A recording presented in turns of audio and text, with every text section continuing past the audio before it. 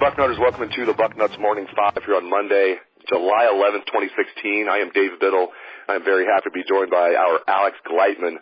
Alex, the opening wrapped up last night at Nike headquarters. Several Ohio State commitments and several Ohio State targets participated in the camp. Let's go player by player and have you tell the listeners how they performed and where the Buckeyes stand with the uncommitted prospects. Alex, let's start with Ohio State quarterback commit Tate Martell. How did he perform at the opening? Yeah, well, Tate started out strong. I mean, he had a good day in the Elite 11 to start things off before, 7-on-7 competition. And first day of 7-on-7, Alpha Pro, that was his team that he played on. They did pretty well. Tate started off the day strong, kind of faded a little bit. There was a loss later in the day that they had that he didn't play so well. But and then on Sunday, the final day, they got eliminated, and he just didn't have a great day. Simple as that. I don't think there's anything to it. There's a thread on the board. What's your gut feeling? Scarlet Fever. What's your gut feeling on Tate Martell? Kind of been watching him today, and he didn't look so great or whatnot. Is basically summarizing. I don't think it's anything to worry about. There's two quarterbacks on every team. They have to split reps. You don't really get into a rhythm all day. I mean, he brought the team down the field a bunch. He just couldn't convert in the red zone. I think. I don't think it means anything necessarily, but, again, he didn't have a great day. Hunter Johnson, the number one quarterback in the country, was ranked 12th out of the 12 quarterbacks by Barton Simmons, and I don't think it's really going to affect his ranking too much, or I don't think people in Clemson are worried that they don't have a great quarterback in Hunter Johnson. So, it is what it is. Tate showed some great skills, but it's 7-on-7. It's not 11-on-11, and, people are allowed to have, not their best days a couple times, and he's a competitor. He'll bounce back, and, overall an up and down performance throughout the weekend. I think he showed some great things. I think he has some things to improve on, but I still think the future is bright for Tate Martell at Ohio State. The uncommitted recruits, so you can talk about how they perform at the opening. What I'm really curious about is where Ohio State stands with some of these uncommitted recruits. Let's talk about wide receiver Tyjon Lindsey. Where do the Buckeyes stand with him, Alex? Yeah, well, first off, he had a great day, or a great weekend. He made the all-tournament team in the 7-on-7. He played on Alpha Pro with Tate Martell, caught a lot of passes. He really thrives in that setting. And as far as where he stands with Ohio State, I still like the Buckeyes. As long as Ohio State is willing to take Tyjon Lindsey when he is announcing his verbal commitment on August 22nd, I think Tyjon Lindsey will be a Buckeye. I know Berm of Land of 10 last night tweeted out that Tyjon told him that he will definitely be at Friday Night Lights. That would be a great sign for Ohio State. Let's see if he shows up. We'll try to catch up with Tyjon ourselves and provide an update for the site. But I think Ohio State's in great shape as long as they want Tyjon. And, it's Urban Meyer's call with the numbers and how things, work out and everything with each individual player the rest of the way. I've been told it's Urban Meyer and Urban Meyer alone's call. As soon as the staff makes a consensus, that this is the guy they want, that Urban decides if they're going to take him or not with the numbers. And as long as Urban wants to take Tyjon Lindsey with the numbers, I think Tyjon Lindsey's a Buckeye on August 22nd. Same deal with uncommitted wide receiver recruit Trayvon Grimes. Where do things stand with the Buckeyes? Yeah, I mean, I think this one's a done deal. Trayvon may be coming up for Friday Night Lights as well. Even if he doesn't, I was told at the satellite camp at his high school, St. Thomas Aquinas at Fort Lauderdale, that, Trayvon basically told Ohio State what they needed to know and all as well. And, he announces August 24th publicly right before his season starts. I would be very surprised if he wasn't a Buckeye, and he's another guy who had a great week at the opening.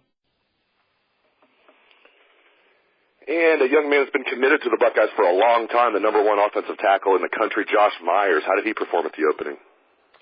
He did well. I mean, like a lot of kids from Ohio and some other areas of the country, he couldn't participate in some of the drills because, there's high school OHSAA rules where you can't wear shoulder pads and helmets and whatnot. So he couldn't participate in a lot of that. But, in the first day of one-on-ones, offensive lineman, defensive lineman, he made what they call the final five, which is the top 5 offensive linemen, top 5 defensive linemen. He made that group when before they put on the pads and whatnot. So he had a good showing, extremely athletic, in the Spark, testing. He just is an absolute beast for a 17-year-old kid. And, I don't know if he's going to play guard or tackle. I think he's either going to play right tackle or offensive guard when he gets to Ohio State, but he's definitely a kid who will be in the mix for playing time immediately when he arrives on campus. Wyatt Davis, same deal. How did he look out there? Yeah, he was great. He actually did make the final five of the event that was named late on Sunday night. He was one of the top 5 offensive linemen for the whole event.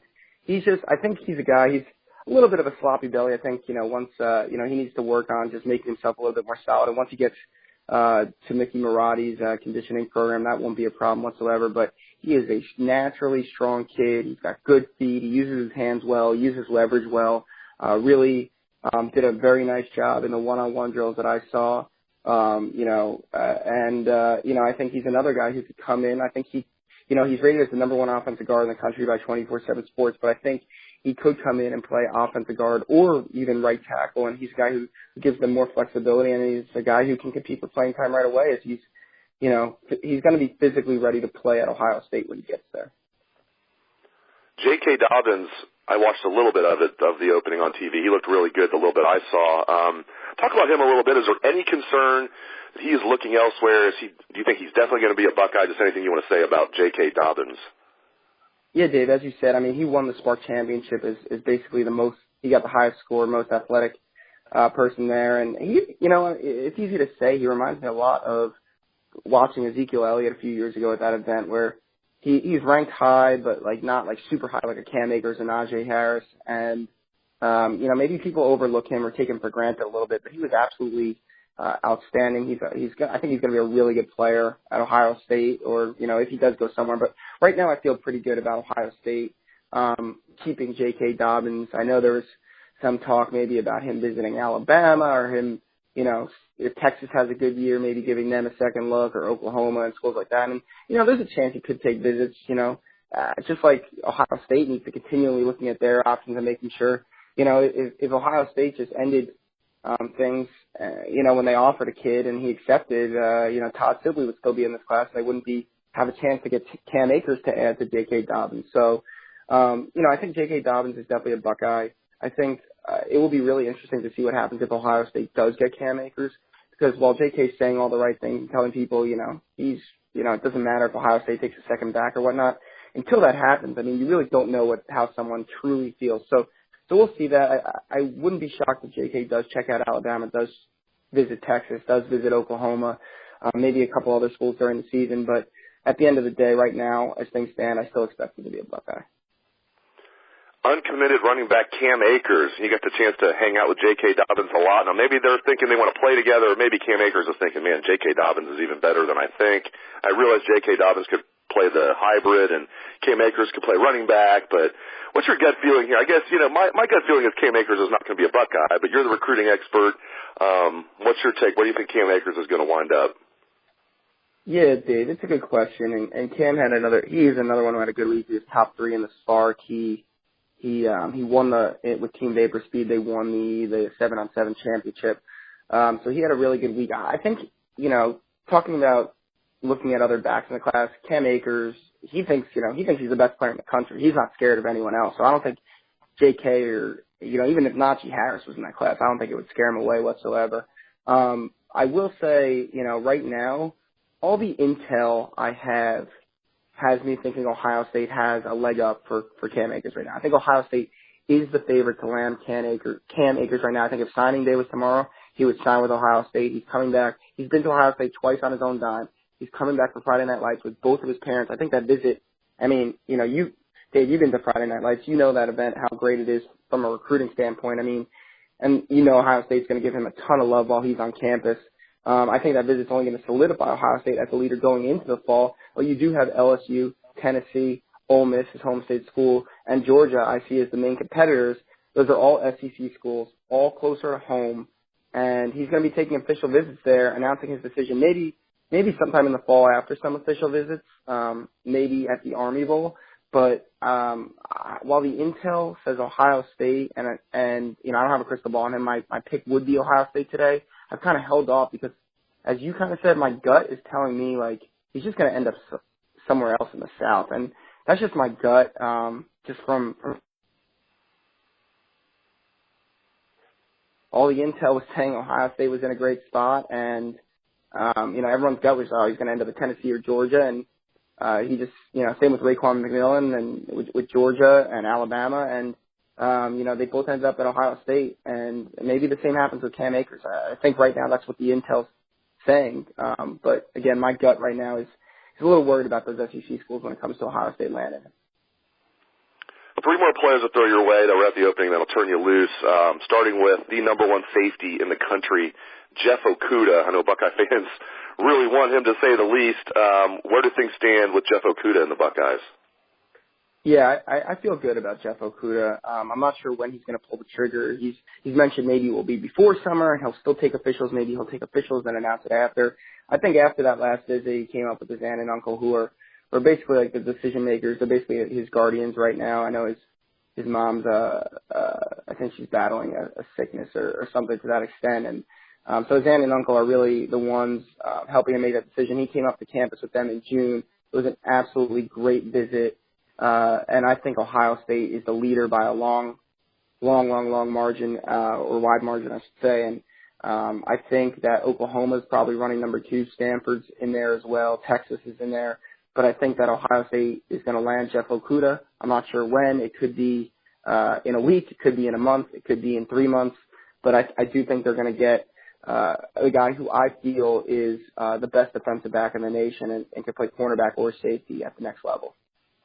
Yeah, remind me a lot of the Von Bell recruitment, and Jeff's ranked even higher than Von Bell was, but to get a guy from Texas where, just like going down to Georgia, or really I know, Von Bell lived on that state border there, at Tennessee-Georgia state border, but he played high school football in Georgia. The whole time I'm thinking, man, that would be such a coup if they could get him, and they got him, and look what Von Bell was able to accomplish. It would remind me a lot of that if the Buckeyes were able to get Jeff Okudah, so that's good news for the Buckeyes that you feel like they're in a good spot there. All right, a couple more guys.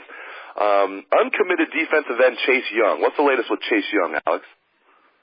Yeah, I think that's another guy who's favoring Ohio State right now. He pretty much told Steve Wilfong that Ohio State. He wasn't so convincing when he said it at the Sound Body Camp in D.C. about a month ago in June.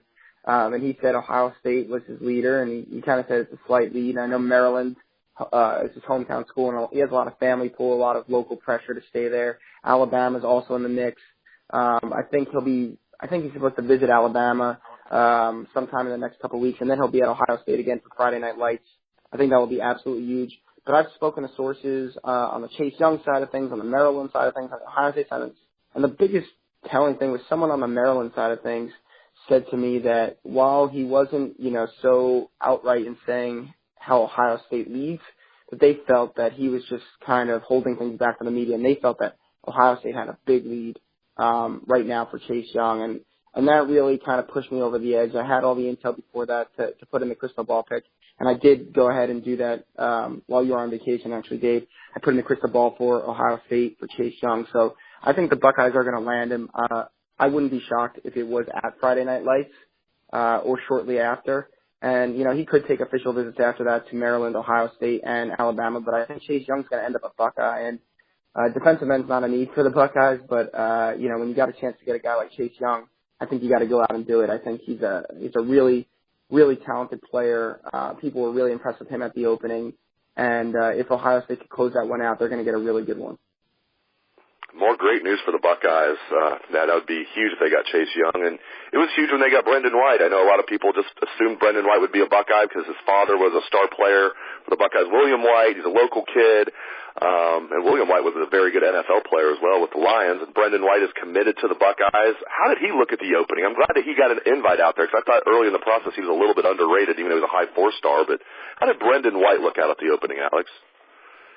Yeah, Dave. I mean, I think he's another guy like J.K. Dobbins, where Ohio State fans just kind of take him for granted. He's been in the class for a while. They're like, oh, he's a local kid. A lot of people say, think maybe if he wasn't a local kid in the legacy, like, would he have an offer? And I think the answer is absolutely yes. I mean, there's a lot. I know it's easy to say this now because the guy had so much success at the high school level or at the college level, but he reminds you a lot of Darren Lee in the sense that he's a guy who could come in, he could play linebacker, he could play wide receiver, he could play safety. He's just a super athletic kid who works his tail off, gives 110% on every single play, and is an ultimate team guy. He'll do whatever the team wants it to do. He played both defensive back and wide receiver at the opening. He had a really good weekend. He turned some heads. 24/7 Sports has had him ranked higher than a lot of the other services kind of throughout this whole process, and I think, that this weekend kind of validated that. He's going to be, I think, a nice player for Ohio State. I think he's going to end up playing that walkout linebacker position just like Darren Lee did. But again, he could play safety. He could play wide receiver. He's that talented, and he's told me he'll do whatever the team needs him to do. So that's the type of attitude you like to see, a local kid, a legacy. He loves Ohio State, and I think Ohio State is going to get a really good and versatile player that's going to help their team moving forward.